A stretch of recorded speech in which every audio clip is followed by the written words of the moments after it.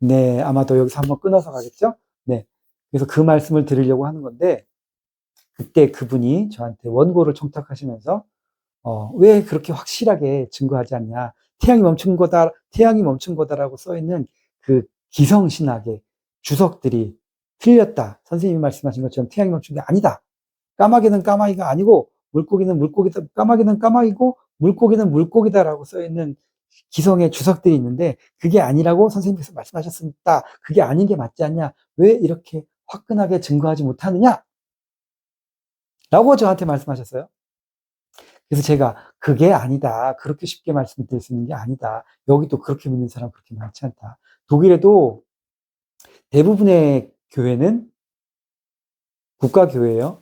국가에서 지원하고 국가교회, 여기는 거의 교회가 국가 소유이고 거의 교회에서 일하는 사람들은 반공무원입니다.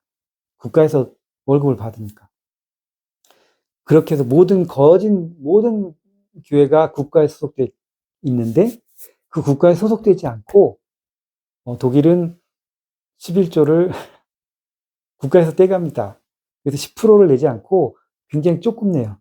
내가 개신교나 카톨릭으로 등록이 돼 있으면 그렇게 신고를 하면 그 개신교회 헌금을 떼어가고 월급의 몇 프로 안 해요. 정확히 모르겠어요, 저도. 저 월급의 몇 프로 정도를 10%안 넘어가고요. 그 밑이에요. 3%, 5%요 정도 될 거예요. 월급에 매달 그렇게 뛰어가요. 내가 카톨릭으로 신고가 돼 있으면 그렇게 뛰어갑니다. 그러니까 교회 가서 헌금 내고 이런 일이 없어요. 교회 가서 11조 내고 이런 일도 없습니다. 그냥 세금으로 뛰어가고 그 돈으로 국가에서 교회를 운영하는 겁니다. 시스템이 다르죠? 뭐 거진 대부분의 교회는 그렇게 돼 있어요. 나는 그런 시스템에 들어가 있는 교회가 싫다라고 하는 교회들이 있어요. 독일에도. 그 사람들은 자유교회라고 그래요. 프라이키르시라고 자유교회라고 그래요. 그 사람들은 자기들이 돈 걷어서 교회를 운영을 해요. 국가의 그 시스템이나 이런 데 종속되기 싫다는 거예요. 독일, 여기선 에반겔리시라고 하는데, 우리나라 말로 하면 루터교회죠. 루터교회랑 하나 되는 게 싫고, 여기에 융합되는 게 싫다. 우린 다 조금 달라 생각이, 그런 사람들이 있어요. 그런 사람들이 자유교회라고 해요. 독일에. 자유교회에 속해 있는 교단이 어디냐면, 장로교, 감리교, 침례교, 뭐 이런 교단들, 이런 우리가 흔히 아는 우리나라에 있는 모든 교단들은 여기 자유교회에 속해요. 굉장히 작아요. 이런 사람들은 자기들끼리 돈 모아서 헌금을 걷어서 자기들 교회를 운영을 해요. 우리가 하는 식으로. 그런 교회는 작아요. 작고 그런 교회 사람들이, 그러니까 이게 줄이면 그 사람들은 요만큼밖에 안 돼요. 이 칠판 전체가 주류 교회면 그 사람들은 얼마 안 됩니다. 요만큼도 안 돼요. 교회 전체에서.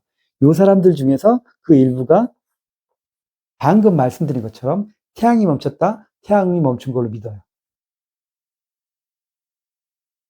물고기를 믿어요. 그리고 성경에 써 있는 걸 문자 그대로 믿는 사람들 정말 얼마 안 돼요. 그 사람들. 나머지는 어떻게 된 거냐? 그건 이제 설명드릴 거예요. 이런 사람들이 어디 있어요? 우리나라에 있죠? 우리나라에 많아요. 우리나라에 많고, 문자 그대로 믿는 사람들. 미국에 가면 이거 미국 지도라고 생각하고, 남쪽에 에반겔리스트라고 있어요. 이 사람들 진짜 문자 그대로 믿는 사람들. 미국엔 많아요. 남쪽에 정말 많다고 들었어요. 제가 아는 건 아니지만, 듣기로는 이쪽의 에반겔리스트들은 진짜로, 지구가 아직도 평평하다고 가르치고 자기들끼리 홈스쿨링 하면서, 진화론도 있지만, 진화론이 100% 맞는 게 아니잖아요. 지금 이론으로도. 그러니까, 그걸 받아들이지 않고 창조론을 믿어요. 창조과학이라고 그러죠. 우리나라 창조과학자들 있었는데 지금도 있나 모르겠어요. 그 창조와 그 모든 것들을 과학적으로 입증해내려고 하는, 진화가 아니라는 것을. 그런 사람들이 있어요. 이런 사람들은 문자 그대로 믿어요. 나머지는 다 뭐야? 그대로 믿는 사람은 거의 없어요. 그럼 뭘 믿냐, 이 사람들은? 왜 그렇게 됐냐? 그럼 교회에서 뭘 가르치냐? 그 얘기를 할 거예요. 그래서 왜 사람들이 달려오지 않느냐? 그 얘기를 할 건데, 그 얘기를 하기 위해서 오늘 말씀이 시작이 된 거죠. 이 얘기를 하려니까 생각나는 일화가 있어요. 학교 다닐 때, 여기서 박사과정 할 때, 세미나가 있었어요.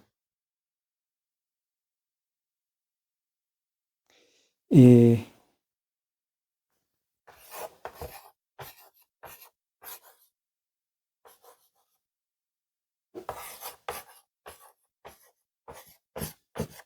요아힘 가우흐라고, 지금 독일 대통령 말고, 그 전에 대통령 했던 사람이 있어요. 그 사람 이름이 요아힘 가우흐예요. 지금 대통령 말고, 슈타인마이어 말고, 그 전에 독일 대통령 했던 사람이 이 사람인데, 이 사람이 우리 학교에 온 적이 있어요. 이 사람이 우리 학교 때 와가지고 세미나도 하고 그랬던 적이 있어요. 강연회도 하고 그런 적이 있었는데 이분이랑 제 박사과정 지도교수가 있어요.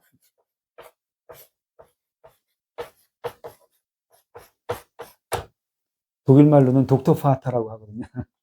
슈퍼바이저가 독터 파터예요. 교수님이 여자다? 독터 무터냐? 아니에요. 독터 파터링이에요. 파터, 아빠. 그러니까 박사 아빠예요. 옛날 도제잖아요. 박사과정은. 지도교수가 있고, 그 밑에 배우는 박사과정 학생들이 있는데, 이 사람이 그러니까 독터, 박사, 파터. 독터 파터는 박사 아빠예요. 이 아빠가 자기 제자들을 가르치는 그런 입장을 해서 독터 파터라고 그러는데, 어쨌든, 우리 지도교수하고 잘 아는 사이였어요. 이 사람은 근데 독일에서 굉장히 유명한 사람인데, 나중에 대통령이 됐죠. 독일은 대통령하고 수상이 있는데, 대통령은 별 힘이 없어요. 외교적으로 이렇게 나라의 대표로서 인사하고 이런 외교적인 나라의 수장인 역할이지만 상징적인 존재예요. 모든 힘은 수상이 갖고 있어요. 이 사람이 대통령일 때 수상이 앙겔라 메르켈이었거든요. 지금 그러니까 수상이 모든 실권을 가지고 있고 이 사람은 외교적인 상징적인 존재예요. 이 사람이 대통령이었는데 이 사람은 독일에서 되게 유명한 사람이었어요. 뭘로 유명하냐면 이 사람 동독 출신이에요. 동독 출신인데 동독에서 막 교회를 핍박하고 탄압하고 그러면서 사람들이 점점 줄고 이러면서 원래 동독과 서독으로 나눠지기 전에 똑같이 잘 믿는 나라였잖아요. 독일은 하나님 잘 믿는 나라였는데 쪼개지면서 동독 쪽은 공산주의가 되면서 탄압을 받잖아요. 우리 북한처럼 싹 죽여버리진 않고 탄압을 해 사람들 못 믿게. 그러니까 종교를 갖고 있으면 교회에 출석을 하면 좋은 직업을 가질 수 없어요. 그냥 쓰레기 청소하거나 아주 더러운 직업, 삼류 직업 이런 것만 할 수 있어요. 돈도 조금 버는 거. 모든 길을 막아놔요. 대학도 못 가게 한다거나 뭐 이런 식으로. 그러니까 사람들이 교회를 안 가겠죠. 그럼에도 불구하고 그 체제 하에서 계속 거기에 저항하면서 교회를 지켜내고 인권을 지켜내고 그러면서 그 교회 운동을 했던 사람이에요.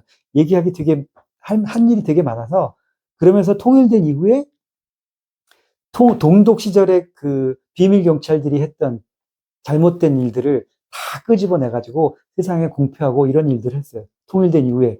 그러면서 전 독일 가운데도 굉장히 유명한 사람이 됐죠. 목숨을 걸고 전도하고 교회 일하고 하나님 일하고 그러면서 통일되고 나서는 비밀 경찰들이 했던 잘못된 것들을 다 정리해가지고 파일로 만들어가지고 그 모든 것들을 그 세상에 알리는데 전적으로 일을 했던 사람. 이 사람이고 모든 사람들이 존경하는 사람이었어요. 그 사람, 앙겔라 메르켈 총리도 이 사람 존경한다고 그랬고 굉장히 국민들에 대한 지지율이 70%가 넘는 사람이었어요. 이 사람이 이제 우리 대학교에 와가지고 그때 그 세미나하고 강연회 같은 걸 했는데 자기가 어떻게 했는지 무슨 일을 했는지 동독에 있을 때 그때 그런 일들을 이야기하고 그랬어요. 근데 이 사람이 동독에 있던 교회 지도자, 사회운동 지도자였다면 우리 지도교수도 이 사람이랑 친했어요. 같은 일을 하던 사람이야, 같은 시대에. 우리 지도교수도 동독 출신이거든요. 그 당시 동독 출신이라 그 당시에 동독에서 서독으로 넘어와서 피난 와서 잘된 사람들 많거든요. 앙겔라 메르켈 총리도 동독 출신이고, 그 동독에서 공부하고 물리학 했잖아요. 그리고 서독으로 넘어왔고, 앙겔라 메르켈 엄마 아빠가 서독에 있다가 동독으로 넘어간 걸로 알고 있어요. 그 당시 교회에 몸담고 있던 분이라 동독의 교회를 살리고자 동독 쪽으로 가셨던 분이고, 그 자녀가 앙겔라 메르켈이고, 여기서 올라와서 다시 전체 독일의 이제 수상이 되고 뭐 이런 것처럼 재밌는 얘기죠. 어쨌든 여기도 그런 사람인데, 우리 지도교수 이 사람이랑 같은 일을 하던 사람인 거예요. 나중에 신학 교수가 돼서 우리 학교에 왔지만, 우리 학교에서 교수님을 하고 계시지만, 이 사람이 왜 나왔지? 어쨌든 이 사람 세미나도 들으면서 그 동독 시절에 기독교인들의 어렵고 힘들었던 이야기들, 뭘 했고 무슨 생각을 했고 그런 얘기들을 세미나로 듣고 질문하고 답하고 그런 시간이 있었던 걸 기억합니다. 그때 우리 지도교수도 같이 있었는데, 여기서 교회 다니는 사람, 신앙이 있는 사람들을 만나서 얘기를 해보면 가끔 그런 생각이 듭니다. 이 사람들이 신앙이 도대체 있는 건가 없는 건가. 물론 선입견이겠지만 얼마나 구체적으로 하나님을 믿고 얼마나 자기 인생 가운데, 삶 가운데 하나님이 실질적으로 함께하고 있는지에 대해서 정말 의문이 들 때가 많았어요. 믿는 건가 도대체 하나님을? 그런 생각이 많이 드는데, 그냥 기도들을 안 하니까, 그냥 이렇게 하나님이 좋은 존재니까, 좋은 존재는 믿으면 좋고 능력도 있고 그러니까 그냥 그렇게 믿어왔으니까, 1000년 넘게 하나님 믿어왔으니까 이 사람들은 자기들 전통이 그냥 그렇게 생각하는 것 같아요. 어쨌든 왜 이런 말씀 드리냐면, 어쩌다가 동독에서 태어나가지고 아니면 동독에서 자라가지고 통일된 이후에 서독으로 넘어온 기독교인들이 있어요. 이런 사람들 만나서 얘기해보면 이 사람들은 정말 믿는 것 같아요. 느낌이. 우리가 보통 한국에서 막 믿음이 절실하고 잘 믿는 사람들 있잖아요. 그런 사람들이랑 얘기하는 것 같아요. 이 사람들은 그런 느낌이 와요. 제 경험에 의하면 거기서 넘어온 사람들은 막 핍박받고 방해받고 굉장히 하나님 믿으면 막히는 게 많고 뭐라 그러지? 핸디캡이 굉장히 많음에도 불구하고 그럼에도 불구하고 하나님 믿었던 사람들이잖아요. 그게 더 중요하다고. 근데 그러다가 그 사람들이 이제 통일돼서 서쪽으로 넘어온 사람들을 보면, 그 사람들이랑 만나서 얘기해 보면 이 사람들은 우리가 한국에서 정말 돈독하게 잘 믿었던 사람들, 그냥 얘기하는 것 같아. 그런 느낌이 들더라고. 이분도 그렇고 어쨌든 내가 왜 이런 얘기를 드리냐면, 그러다가 어느 날 지도 교수님이 세미나를 했어요. 세미나 주제가 뭐였냐면, 통일이 됐는데 동독에 있던 기독교인들과 동독에 있던 많은 사람들이, 이게 그 질문이었어요. 왜 교회로 달려오지 않는가? 응? 그 핍박받았잖아. 동독에 있으면서 교회 사람들이 핍박받고 환난받고 그러면서 막 교인들이 빠져나가고 이렇게 돼보고, 거기도 30년 넘게 있었으니까 그동안 이것저것 다 해보면서 여러 가지 했는데도 불구하고 교회가 점점 사그러들었는데, 핍박받고 그러냐 동독에서.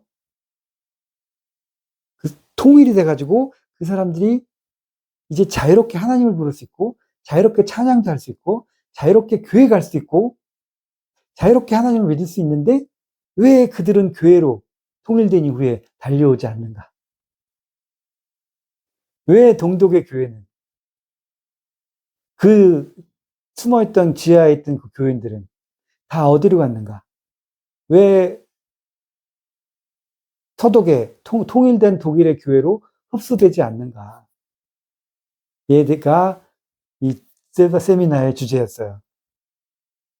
통일되면 동독의 교인들이 다 서독의 교회로 돌아와서 다 같이 하나님 찬양하고 다 같이 하나님 믿고, 또 안 믿던 사람들도, 동독은 안 믿고 억압됐고 이렇게 되어 있던 나라에서 모든 게 허락되고 자유롭게 뚫려버리면 이들이 소독이 잘 살고, 소독이 하나님도 잘 믿고, 모든 게 자유로운 걸 알면 이들이 하나님께 소독교회로 몰려와야 되는데, 그게 이제 사람들 생각이었던 거예요. 왜 몰려오지 않는가? 왜냐하면 통일된 이후에도 독일 기독교인이 갑자기 팍 늘었다가 금방 사그러들어요. 통계치가. 그리고 동독에서 하나님 믿는 사람들이 소독교회로 흡수가 안 돼요. 안 들어와요. 그 사람들이 따로 아까 말씀드린 것처럼 자유교회로 남아. 그런 형태가 많아요. 자유교회로 남아요. 국가교회로 안 들어와요. 루터교회로 안 들어오고 자유로운 자유교회, 작은 그룹으로 남아서 그냥 그대로 남아있어요. 안 들어와. 그리고 동독 사람들이 처음에 교회 많이 입교했다가 다시 탈퇴해요. 그러면서 교회 수는 통일 후에 잠깐 올랐다가 다시 통일 이전 수준으로 떨어지고 지금은 더 떨어졌죠. 점점 떨어지는 중이에요. 나이 드신 분들이 많이 돌아가시면서 점점 떨어지는 중이에요. 왜 그러냐? 그게 이 세미나의 주제였어요. 왜 동독의 교인들은, 동독의 사람들은 우리에게 달려오지 않는가? 교회로, 신학으로 달려오지 않는가? 그 질문에 대해서 지도교수님, 우리 지도교수가 또 그쪽에 전문이잖아요. 신학과였고 또 동독에서도 살았고 동독에서 교육도 받았고 거기서 하다가 이제 서독으로 넘어오면서 그 교수를 하게 되셨으니까 교수를 하시니까 전문가시라 이분이 이제 제 지도교수가 그날 발표를 하면서 한 16가지, 17가지 정도 이유를 설명을 해주셨어요. 왜 동독 사람들이 서독의 교회로 달려오지 않는가? 통일이 됐음에도 불구하고, 모든 것을 봤음에도 불구하고, 왜 동독 사람들이 서독 교회로 달려오지 않는가에 대한 질문에 대한 답을 지도 교수님이 한 몇 가지, 16가지 정도로 쭉 얘기를 하시더라고요. 여러 가지가 있었어요. 여러 가지가 있었는데, 그 중에 한 가지를 들자면, 동독 교회는 교회와 정부가 완전히 나눠져 있어요. 당연하지. 왜 정부에서 핍박을 하니까. 정부에서 반대하고 핍박하고 없애려고 하는 지역이 동독이니까, 동독에서는 교회와 정부는 무조건 분리되어 있어야 돼요. 전혀 연관되어 있으면 안 되는 거예요. 경험상. 근데 서독교회는 교회가 공무원이야. 교회가 관청이야. 하나의 관청이에요. 반관청 아니면 관청. 관공서예요, 관공서. 무슨 인증 같은 것도 교회 목사 사무실에서도 해주는 인증이 있어요. 그거 받으면 관공서에서 받은 인증이랑 똑같이 취급을 해줘. 인정해주고 막 이래요. 관공서죠. 왜 목사님이나 교회에 일하는 사람들이 나라에서 월급을 받으니까. 거의 그러니까 국가에서 하는 일에 대해서 막 교회가 반대할 수도 있지만 공식적으로 교회 전체 입장이 이거에 반대 이러기 힘들어요. 왜냐하면 국가랑 교회랑 같은 편이기 때문에.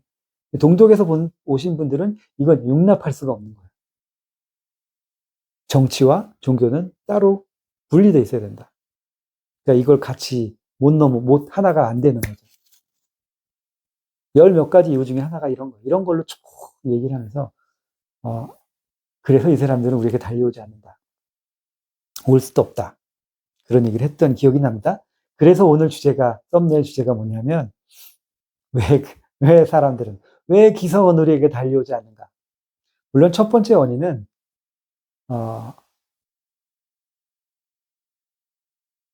우리가 말씀드린 오해가 있죠. 하늘이 보낸 자에 대한 오해와 핍박, 그리고 작금에 일어난 모든 사태들에 대해서 그런 것들로 인해서 이미 선입견이 박혀있기 때문에 그런 것 때문에 힘들다라는 건 맞아요. 그거 빼고 말씀을 줬을 때 또 진리를 전해줬을 때 사람들이 왜 이 말씀을 듣고도 넘어오지 못하고 달려오지 못하는가? 물론 그거 빼고 방금 말씀드린 그거 빼고 그럼에도 불구하고 그들이 왜 우리에게 달려오지 못하는가? 거기에 대한 말씀을 드리도록 하겠습니다. 아이고, 그게 길죠? 그 얘기 하다 보니까 이게 길게 됐네요. 그러면 또 다음 시간에 말씀드리도록 하겠습니다.